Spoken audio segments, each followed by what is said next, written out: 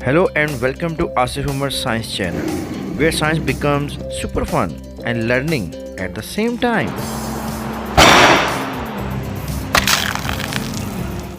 I am Asif Umar and our today's activity is making funny diver. In this activity, we are going to learn about density and air pressure. For this, required things are 1.5 liter empty plastic bottle, eyedropper, funnel and water. First of all, I am going to pour water inside the bottle.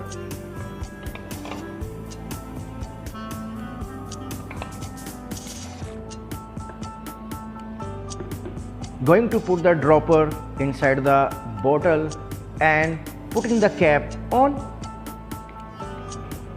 Dropper is floating at the top because the density of the dropper is less than the density of the water. But when I squeeze the bottle, dropper go down, and when I release the bottle, dropper come up again.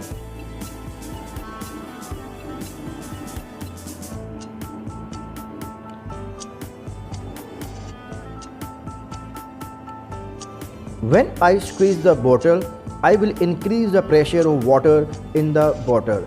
The density of the diver increases and diver begins to sink.